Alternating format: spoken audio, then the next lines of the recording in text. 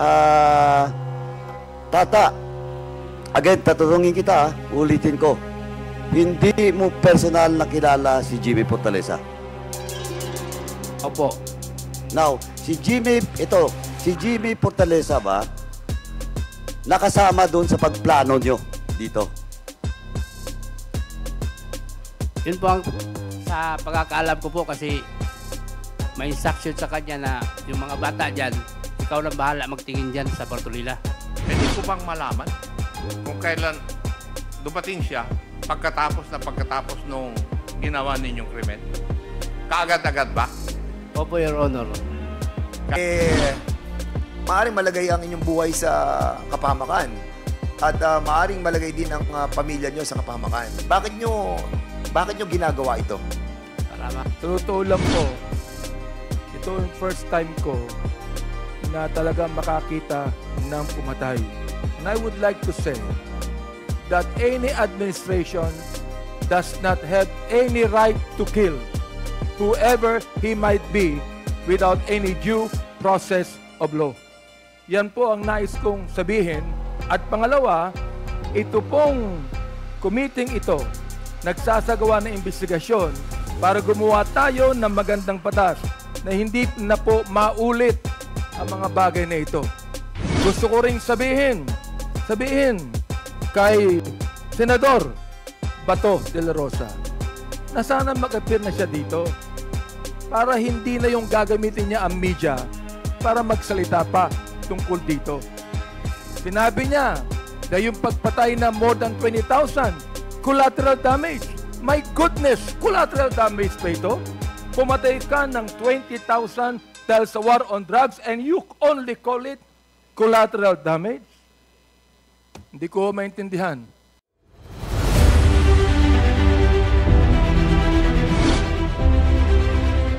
The next to interpolate is our Vice Chair, Congressman Romy Acop. You are recognized.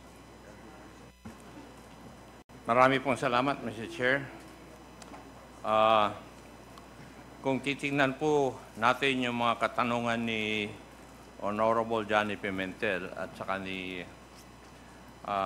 SDS Gonzales, halos yung statement ni Mr. Leopoldo Untalantan Jr.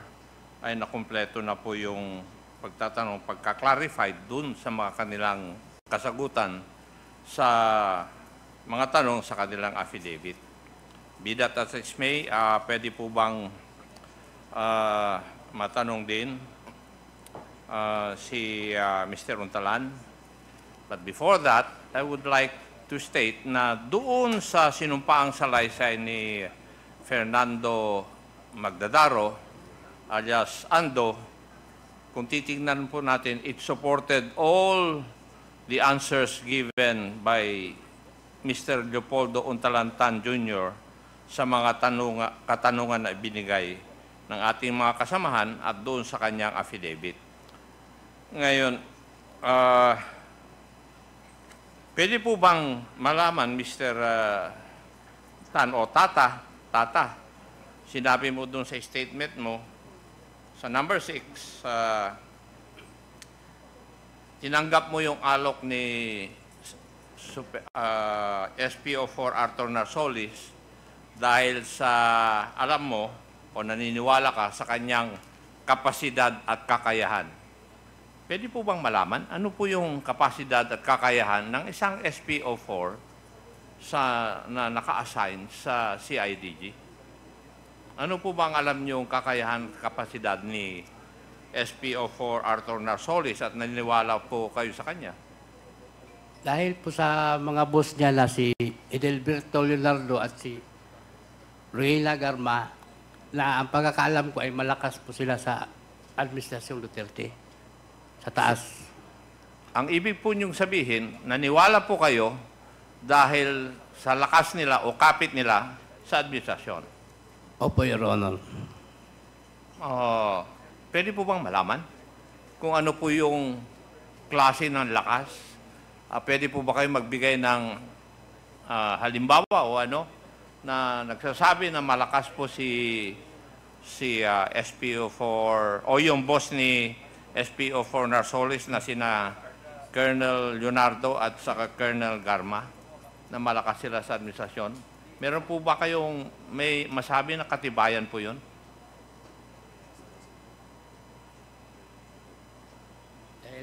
Dahil isa po sila sa pinagkakatiliwaan ni Presidente Duterte sa Davao po na mamuno sa gobyerno.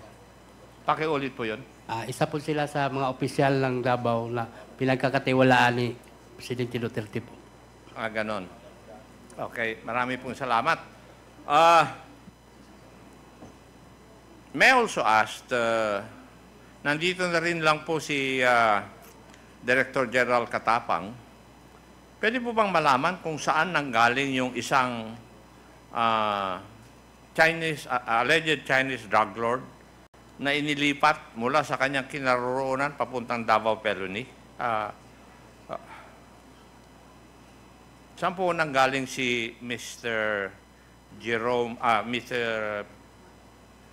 Peter Wang?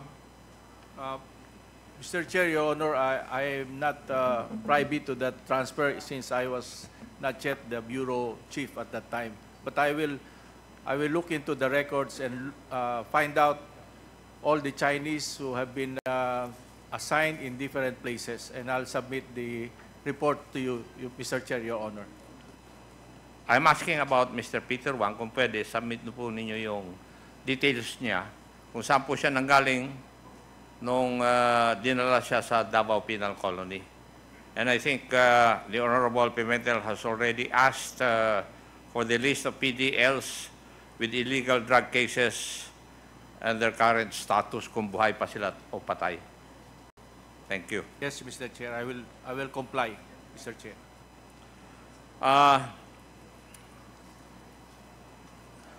Tata, kung titingnan ko po yung mga kasugutan po ninyo dito sa Kwan, para bang si SPO4 Arthur Narsoles ang nagplano lahat nito? Totoo ba yun? Opo, Your Honor. Totoo yung aking analysis? Opo, Your Na Honor. siya lahat ang nagplano, siya na rin ang nag-coordinate doon sa mga prison authorities doon. Yes, Your Sa Honor. tingin mo? Opo. Kasi nung sinabi mo na mahirapan kayo na isagawa yung inyong pagpatay doon sa tatlong alleged Chinese drug lords, siya na ang gumawa ng paraan na kayo mabartolina. Opo, Tama? Your Honor. At matanong ko kayo, totoo bang merong nakuhang sachet ng drugs sa inyo bago na dahilan kung bakit kayo binartolina? Wala po, bigla na lang po may lumabas na sachet. Pero walang sachet. Wala po. Ha? May pinakita po sila. Sa amin galing. Pero hindi sa inyo galing. Hindi po. Sa bulsa namin daw galing. Hindi, yung totoo, hindi po nakuha sa bulsa ninyo. May dinukot lang po. Pag dukot, pinakita ito. Ano ito? Ganon din ba sa iyo, Andy? Yes po, Your Honor. Ganon din, Your operation. Honor. So, marami pong salamat. I think SPO4 Narsoles has been already invited. Pwede po bang malaman kung nasaan po ngayon assigned si Superintendent Gerardo Padilla na dating pinuno doon po sa Davao Penal Colony, General Katapang? Is he still active in the service? Yes, Mr. Chair, Your Honor, is assigned with the Bucor and is the Director for Reformation. As Director for Reservation. Reformation, Mr. Chair. Reformation. Reformation. Yes po. Thank you. Now, nabanggit din, Tata, na nakita po ninyo na kasama ni SPO4 Narsoles si Lieutenant Colonel Rohina Garma. Totoo? Opo, Your Honor. At sinabi mo rin sa iyong affidavit na meron po silang relasyon. Opo, Your Honor. At sinabi mo rin na hindi siya nakikialam doon sa pakikipag-usap sa inyo? Kami lang po ni Arturo Narsulis po. Siya, ano po? Kami lang po ang nag-uusap ni Arturo Kayo Narsulis. lang ni... Opo. Kaya nandun si Colonel Garma dahil sila ay boyfriend-girlfriend ni Juan. Silang dalawa. Pakiulit po. Pakiulit. Kaya siguro nandun si Rohina Garma dahil may relasyon sila. Opo, Your Honor. Tingin mo, Opo. nangingiti ka eh.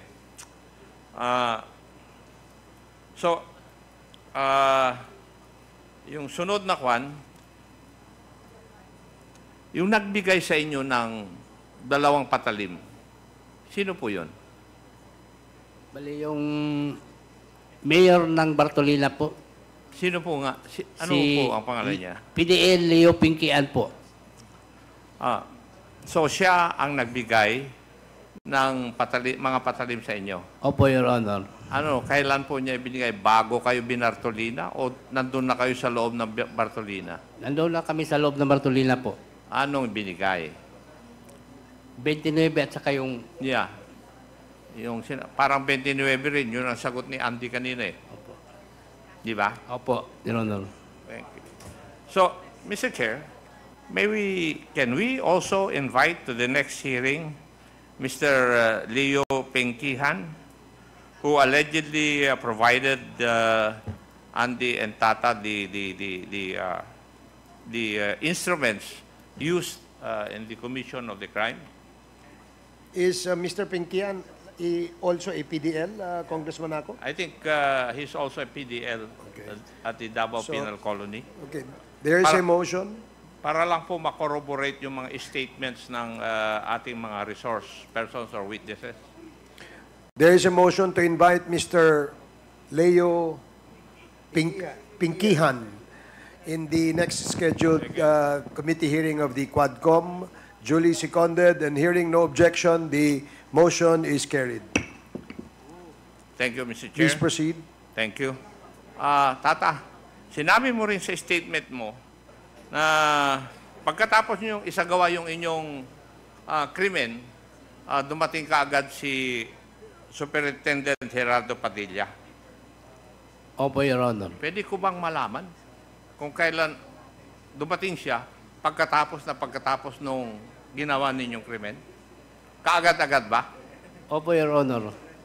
Kaagad-agad dumating siya. Opo. So, yun yung katanungan ngayon. Paano nalaman ni Superintendent Padilla na may nangyari kaagad doon kung hindi po siya kaalam doon sa conspiracy na patayin yung 3 alleged Chinese drug lords? Di ba? Opo, Your Honor. Ano sa tingin mo?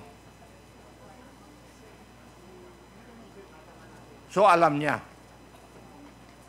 Opo. Thank you.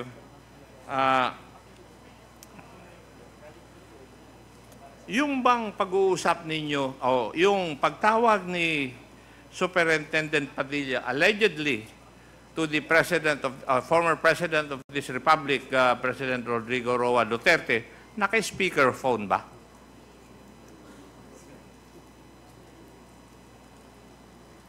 May pinindot po siya para mag-speaker on. So, Nakita ko po. naka-speakerphone. Opo. Kaya narinig mo yung boses ng dating presidente. Opo. At dahil sa pagkarinig mo, alam po ninyo na yung ating dating presidente yon. Opo, Your Honor. Sige, maliwanag po yon. Naka-speakerphone. At doon sa 1 milyon na natanggap ninyo, yung asawa mo nakatanggap. Opo. Kay Andy, sino po ang tumanggap? Asawa ko po, Your Honor, si Linlin. Asawa mo rin. O, Linlin dati. O, Pero kanina, sinabi mo, hiwalay ka na. hiwalay o, Your Honor, sa dati kung original talaga. Pero may dalawa ko yung pinagkatiwalaan ko sa 1 million po. Liwanagin po natin. Ang tumanggap po ay hindi yung una. Yes po, Your Honor. Yung pangalawa na nakatanggap. Opo, Your Honor. Okay. I think, Mr. Chair, if we can get an affidavit from the recipients of the alleged 1 million amount, maybe we can ask the police agencies to get their affidavits from their places.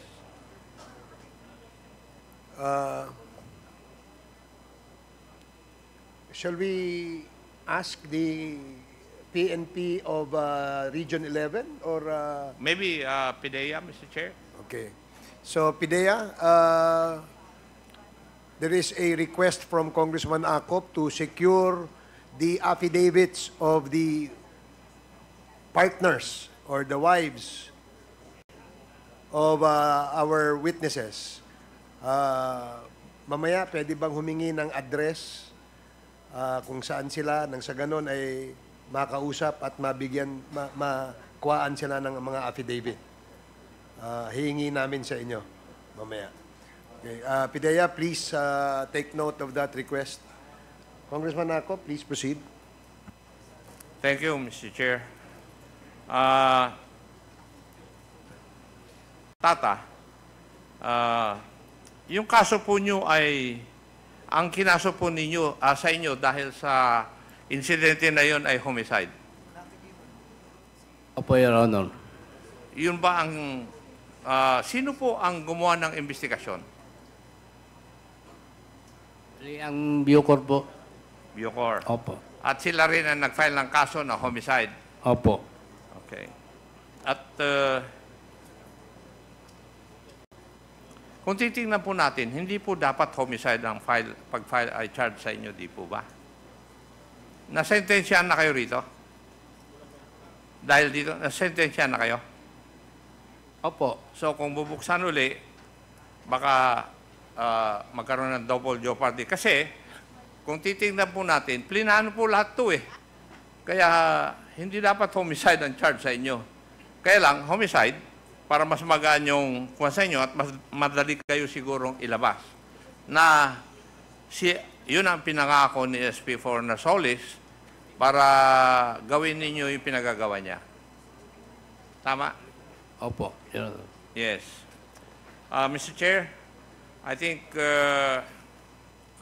from the answers to the questions of the members of this committee, I think, and if we are going to be able to get the corroborative statements of all the witnesses or the persons mentioned in this affidavit, I think we have established that there's a grand conspiracy to commit the crimes of murder insofar as this incident is concerned. Thank you, Mr. Chair. Thank you, Congressman Acop. 1 minute suspension.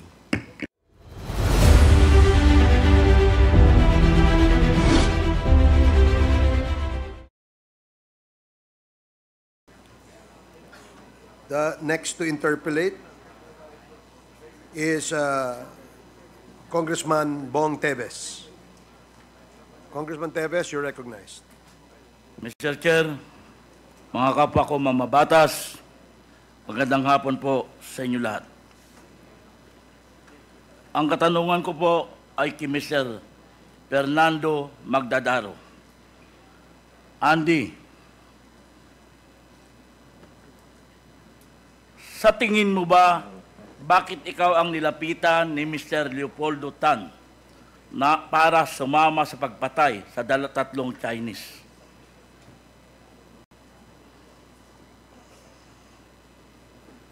Ulitin po, Your Honor. Ang tanong. Pakiulit sa tanong po, Your Honor. Andy, sa tingin mo ba, bakit ikaw ang nilapitan ni Mr. Leopoldo Tan para kasama niyang pumatay sa tatlong Chinese?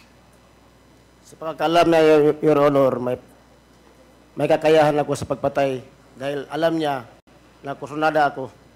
Yun lang po. Pangalawa, ano ba ang naging kaso mo? Bakit ikaw ay nakulong diyan sa bilibid na yan? Ang kaso ko po, Your Honor, murder with illegal possession of firearms. Ibig sabihin, nakulong ka dahil sa kasong murder, kaya sa tingin ni Mr. Leopoldo Tan ay may kakayahan ka dahil ang kaso mo ay murder. Tama po ba? Yes po, Your Honor. Kay Mr. Leopoldo Tan, ang sabi mo, high school kayong magkasama ni SPO4 Arthur Ansoles. Tama po ba? Opo, Your Honor. At ang sabi mo kanina, base sa iyong affidavit, na si SPO4 Sulis ay isang makapangyarihan at malakas sa administrasyon. Dahil po sa boss niya, Ngayon ang tanong, nasaan na ngayon si SPO4 Arthur R. Solis? ang pagkakaalam ko po ay nasa Davao po. Active pa ba siya? Kaka-retire lang po. Mr. Chair, minimungkay ko po na siguro invite din natin si SPO4 Arthur R. Solis.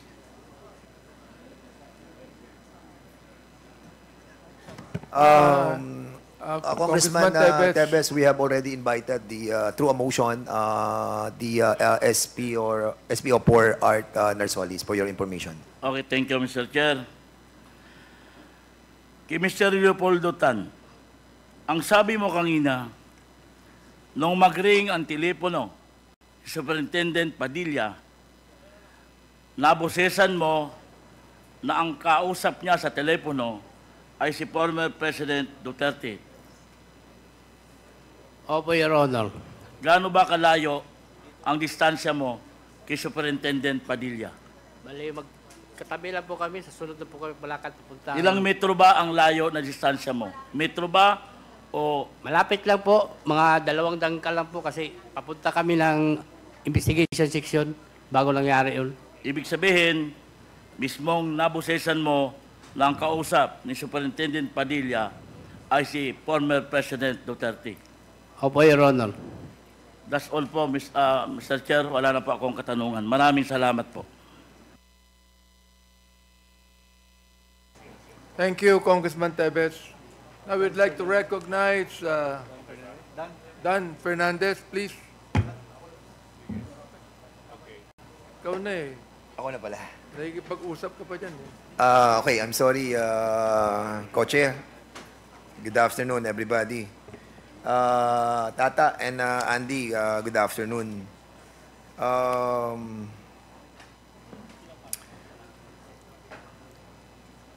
Well, siguro tanungin ko muna si Tata. Kanina kasi parang nabanggit nyo na nasa minimum na kayo, di ba? Sa minimum security. Opo, Your Honor. So, ang ibig sabihin ng minimum security is, ano bang ibig sabihin nun? Medyo malapit ka Malaki na. na po ang detention po. So, malapit ka ng lumaya, in other words. So, ilang taon ang hatol mo? 21, according sa affidavit mo? 21? Bali, 6 years to 12 years na po yung sentensya ko. Tapos, may violation po ako. Tumakas po ako. Tapos, nagkaroon na naman ng violation itong tatlong Chinese. Oo. Sa totoo lang, 6 years to 12 years na po. Tapos, naservisyohan ko na po yung lahat. Saka yun na lang ang binubulo ko yung ngayon. So, in sa other words, tatlong Chinese. malapit ka na rin lumaya. Opo. Kasi 3 years and 6 months and 1 day ata yung ano mo, di ba? Opo. Yung penalty sa inyo. Ganon din si Andy. Andy, ganon ka din. Opo, Your Honor. Okay. So, kung malapit na kayong makalaya dahil after so many years, si Andy ata, 25 years ang binuno mo, no? Yes po, Your Honor. 1999 ka pa nandun. 1999 po ako nandoon pa sa City Jail po. So, in other words, mga 3 taon na lang ang bubunuin nyo. Ano? Opo.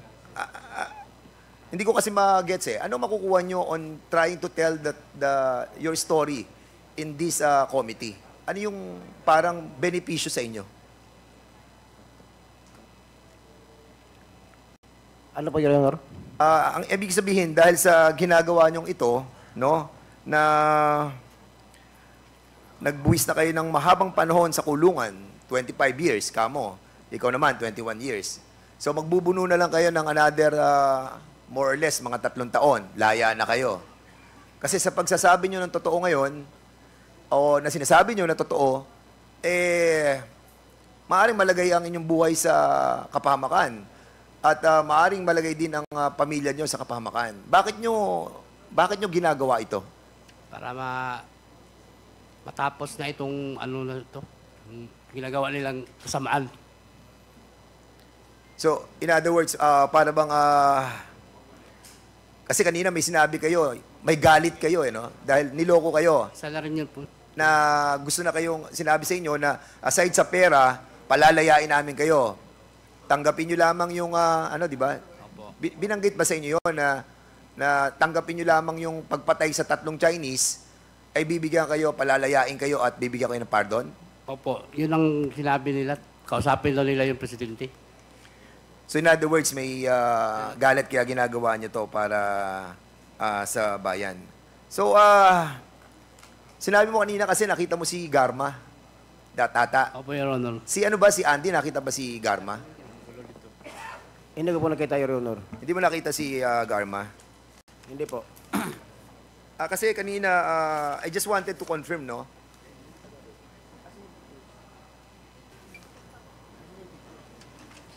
Ito. May pakita lang ako sa iyo, Tata, para at least bibigay ko sa iyo, no? Bigay nga kay,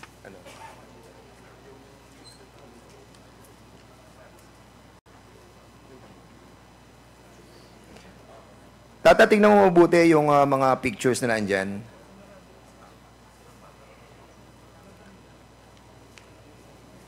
Hindi, yung muna isa. Ito muna. Yan. Kilala mo yan? Opo, Your Honor. So, we just wanted to confirm, Mr. Chairman, that yung binabanggit niyang si Royina G. Garma ay yung pong former na CIDG ng Region 11. Am I correct? Tama po ba to? Opo, Your Honor. At alam mo rin siya na nasa PCSO na siya? Opo, Your Honor. Okay. At alam mo rin ba na si Art Narsolis ay nasa PCSO din? Hindi po. At hindi mo rin alam na, well, siguro, probably, mamaya, pinapiprint ko pa eh.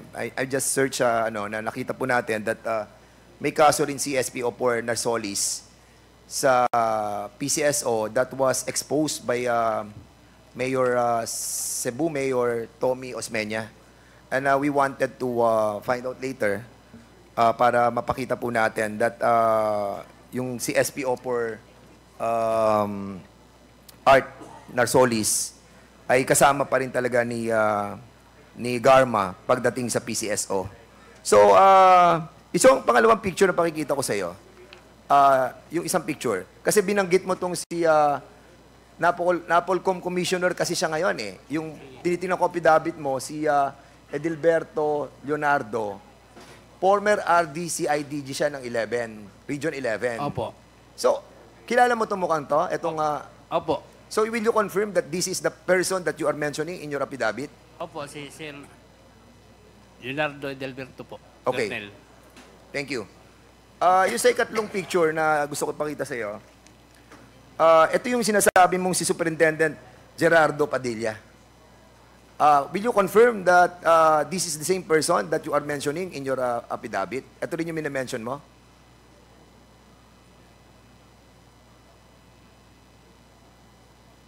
Siya rin ba si Warden or hindi siya to? Hindi to? Okay, ayan. Sinusubukan lang kita. So, thank you so much for being so truthful. Kasi, alam mo, ang kredibilidad dito ng ating mga witness ay sinusubukan natin. And basically, you pass may observation. So, pakikuha na lang yung ating mga pictures, no? Kasi yung dalawa, tama ka. Pero yung isa, tama ka pa rin. And basically, now, I agree na yung mga sinasabi mo, totoo. By confirming that kind of, test, no?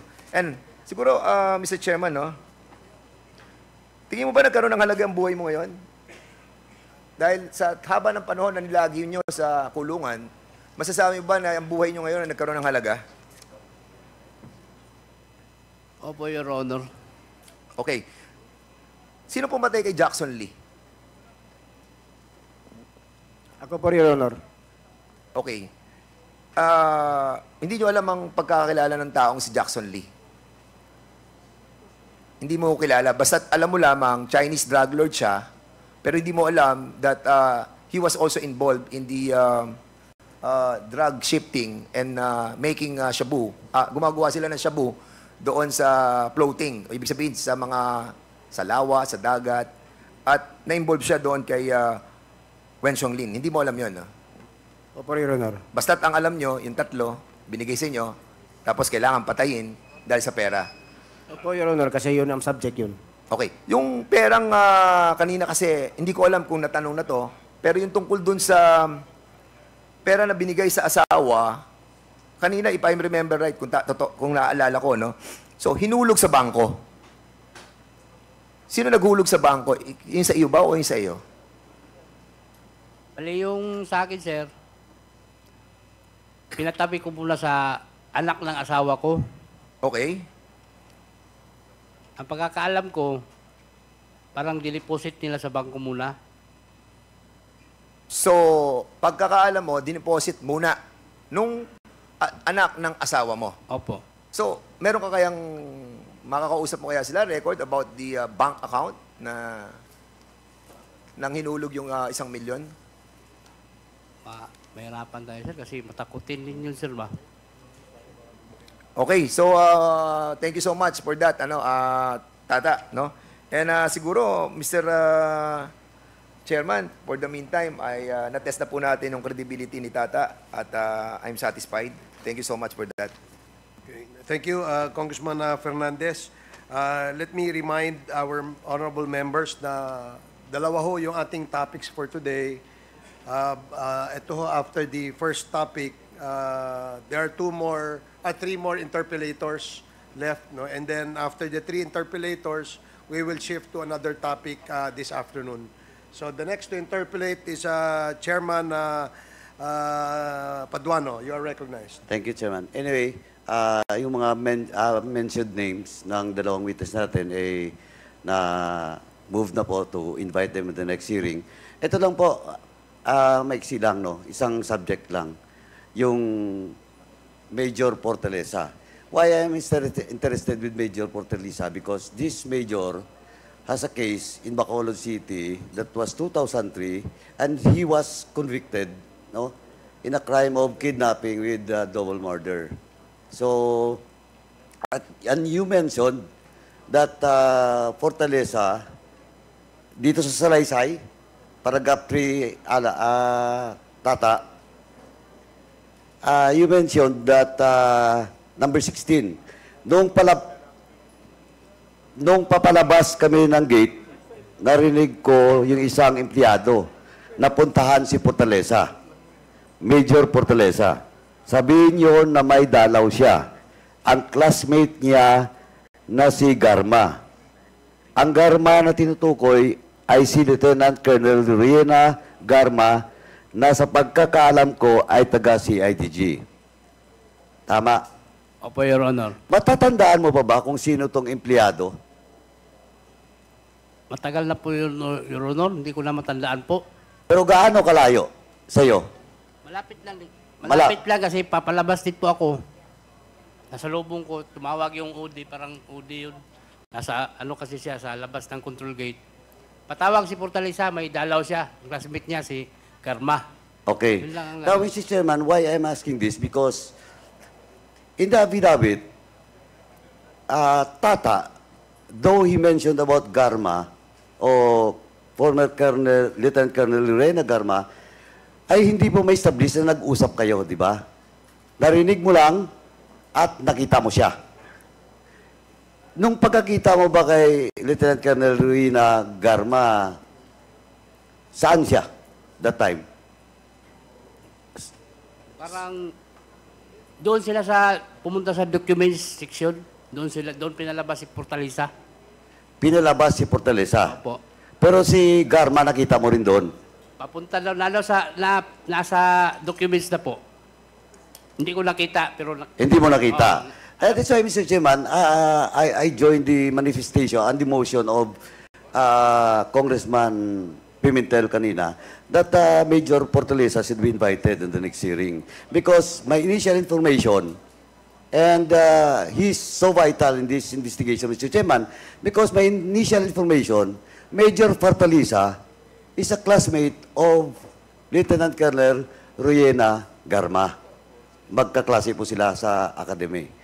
Now, sa affidavit mo, sinabi mo na habang nasa Bartolina kami, si Jimmy Fortaleza ang nagbibigay sa amin ng kanin, ulam, sigarilyo at coke. Tama? Opo, Your Honor. Okay. Ito, ilang beses ba nangyari ito? Bali siya po ang naging timon namin doon, sa amin ng pagkain, kada araw. 3 beses sa isang araw. 3 beses sa isang araw. Opo, inatira kami ng pagkain. Kailan yun nangyari? Yung pagkatapos ng nangyari yung Pagkatapos ng napatay yung 3 insect. Opo. O, sige. Anyway, sabi mo dito, nagbibigay siya ng sigarilyo. Just to test your because we will, imbitahan din namin si former Major Jimmy Fortaleza. Anong sigarilyo? Marlboro po. Marlboro? Opo. Pula o puti? Pula po. Pula. Ilang kaha? Minsan hindi po. Pieces lang po. Pieces? 4 na piraso. Okay. Now, question. Ito, last na lang. Tata, ikaw kasi nag-mention kay Jimmy Fortaleza. Tata, sino bang nauna sa inyo doon sa penal colony, Davao Penal Colony? Ikaw o si Jimmy Fortaleza? Ako po, Your Honor. Now, si Jimmy Fortaleza, ang pagkakaalam mo, saan siyang galing kolonya? Sa NBP po. MVP. Opo. Natatandaan mo ba kung kailan siya inilipat doon? Taon lang.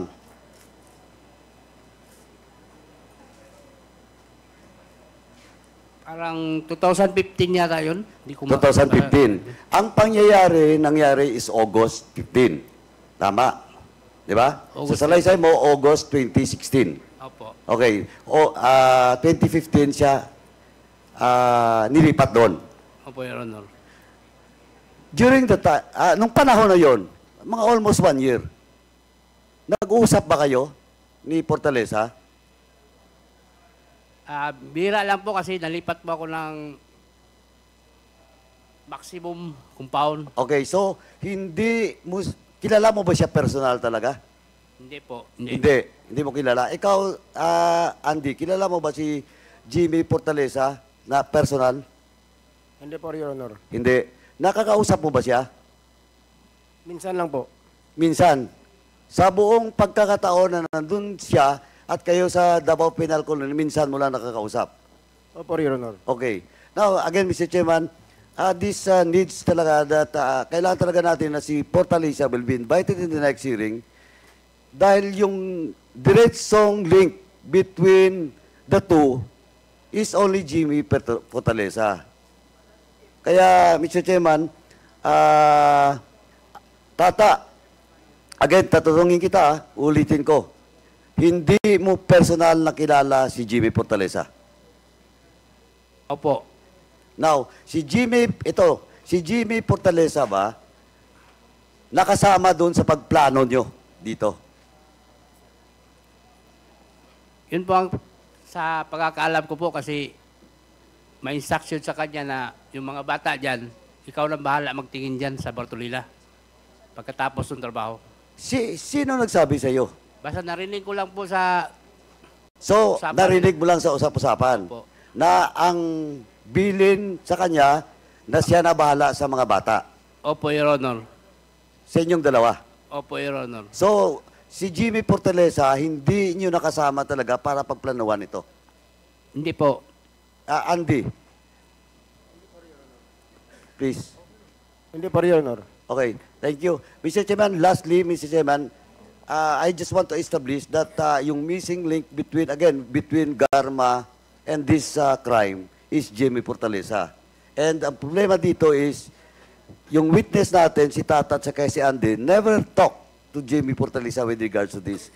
So again, Mr. Chairman, I hope on the next hearing, si former Major GB Fortaleza will be present in the next hearing as per motion made by Congressman Johnny Pimentel. Thank you, Mr. Chairman. That's all. Thank you, Congressman Paduano. The last to interpolate on the subject matter of extrajudicial killings is the chair of the Committee on Human Rights, Chairman Benny Abante. You are recognized. Thank you, Mr. Chair. Mr. Chair, may I just make a manifestation that what we're doing right now is just to establish the fact that many people have been killed in this war on drugs. I would like to reiterate, since the time that we have investigated and heard in the Committee on Human Rights on the EJK, that we believe in the war on drugs. What I do not believe is that why would more than 20,000, as others have said, 36,000 should be killed? There should not be anyone to be killed just to be able to defeat drugs in this country. Even right now, we still have problems on drugs, Mr. Chair.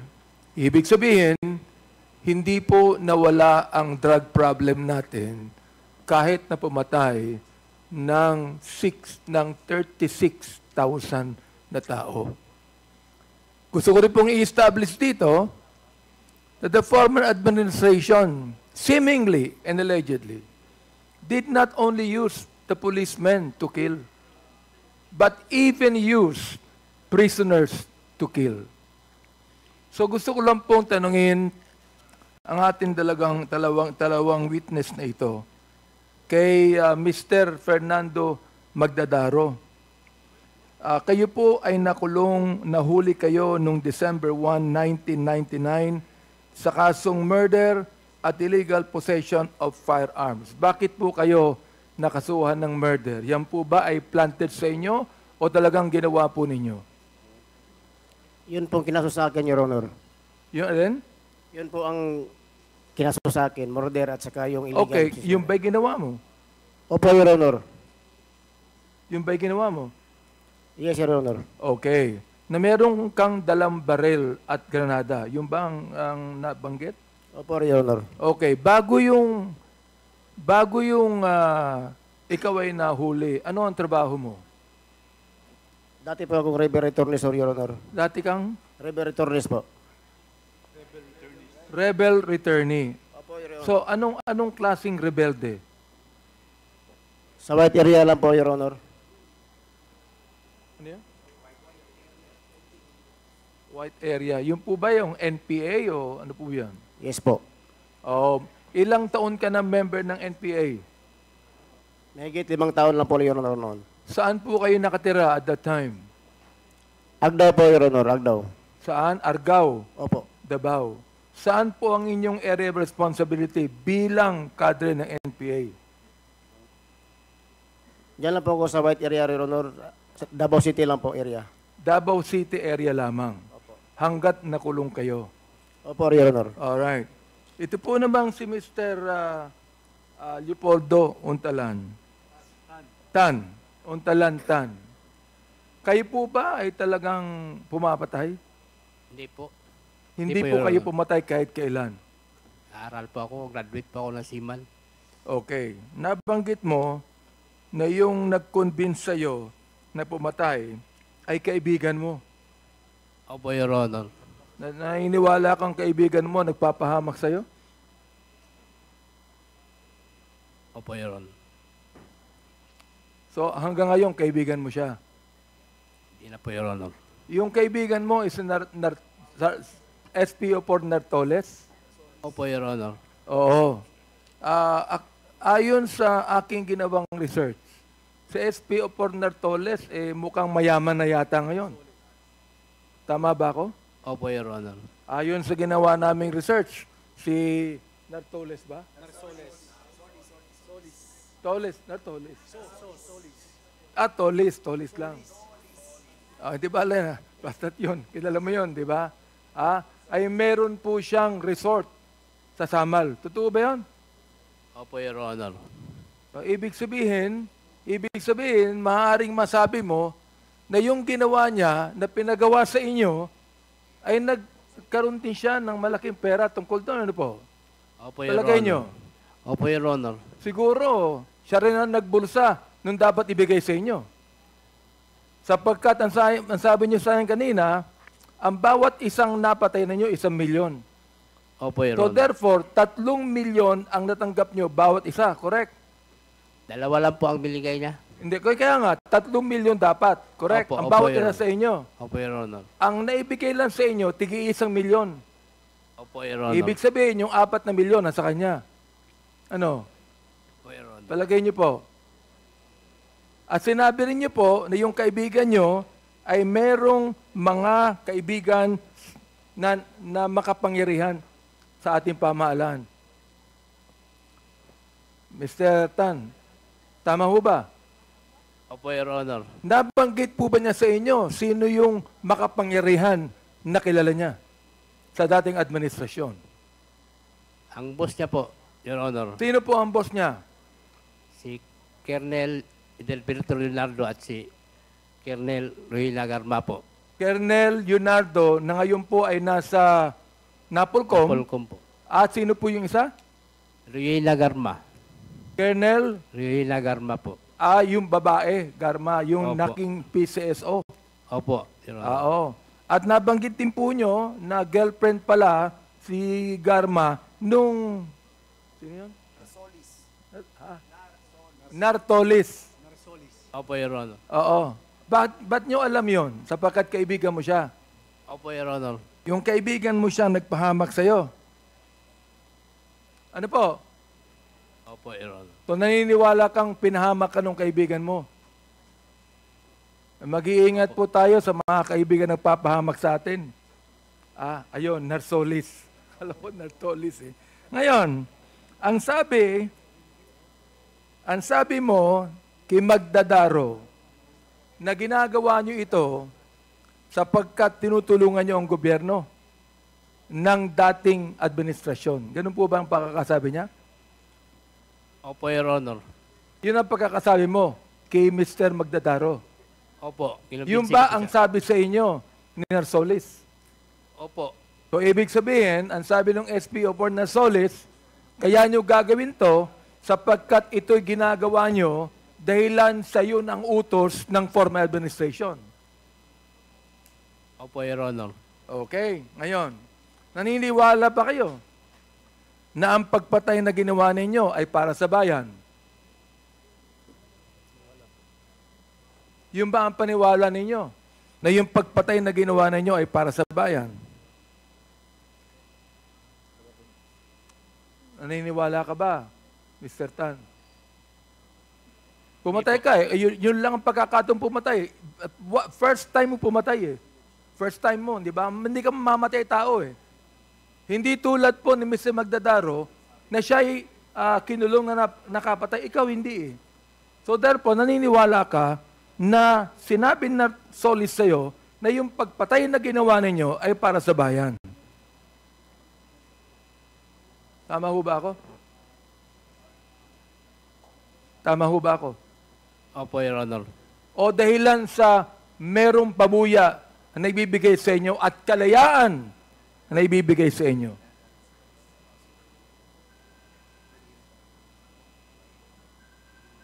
Sa pagkakaalam ninyo, sino po ang direktor ng Bucor at that time nung kayo ay pumatay ng 3 Chinese?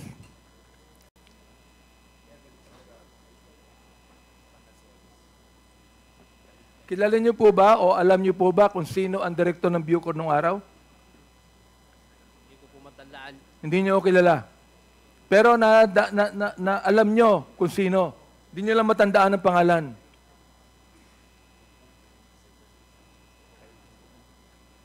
Hindi po namin naalala, Your Honor. So, may kinalaman ba? May kinalaman po ba ang direktor ng Bucor sa pagkakaalam ninyo? Sa ginawa ninyo? Sapagkat parang si Superintendent Padilla ang isa sa mga mastermind dito.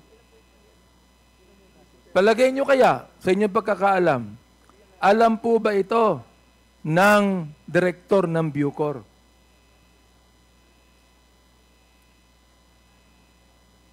Hindi po namin alam, Your Honor. Hindi nyo alam. Pero nalalaman nyo at inaakala ninyo na dahilan sa ang ginawa nyo rito, sabi ni Narsolis, ay para sa bayan, ang ibig sabihin niyan, sinusuportahan nyo ang pagpatay ng war on drugs noong panahon ni President Duterte. Yes po, Your Honor. Opo, Your Honor. So, sa pagkakarinig ninyo, ngayon kino-confirm nyo sa committee ito, oo, na ang isa sa mastermind ng pagpatay ay ang dating Pangulo ng Pilipinas. Kino-confirm ninyo? Opo, Your Honor. Okay. So, yun lang siguro, Mr. Chair, ang nais kong sabihin. At gusto ko rin pong sabihin na sa totoo lang po, ito yung first time ko na talagang makakita ng pumatay. And I would like to say that any administration does not have any right to kill whoever he might be without any due process of law. Yan po ang nais kong sabihin.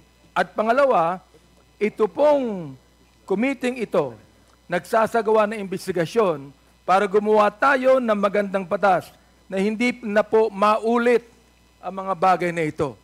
Gusto ko ring sabihin kay Senador Bato de la Rosa na sana mag-appear na siya dito para hindi na yung gagamitin niya ang media para magsalita pa tungkol dito. Sinabi niya na yung pagpatay na more than 20,000, collateral damage. My goodness, collateral damage ba ito? Pumatay ka ng 20,000 dahil sa war on drugs and you only call it collateral damage? Hindi ko maintindihan. Mr. Chair, salamat po. Thank you, Chairman Abante.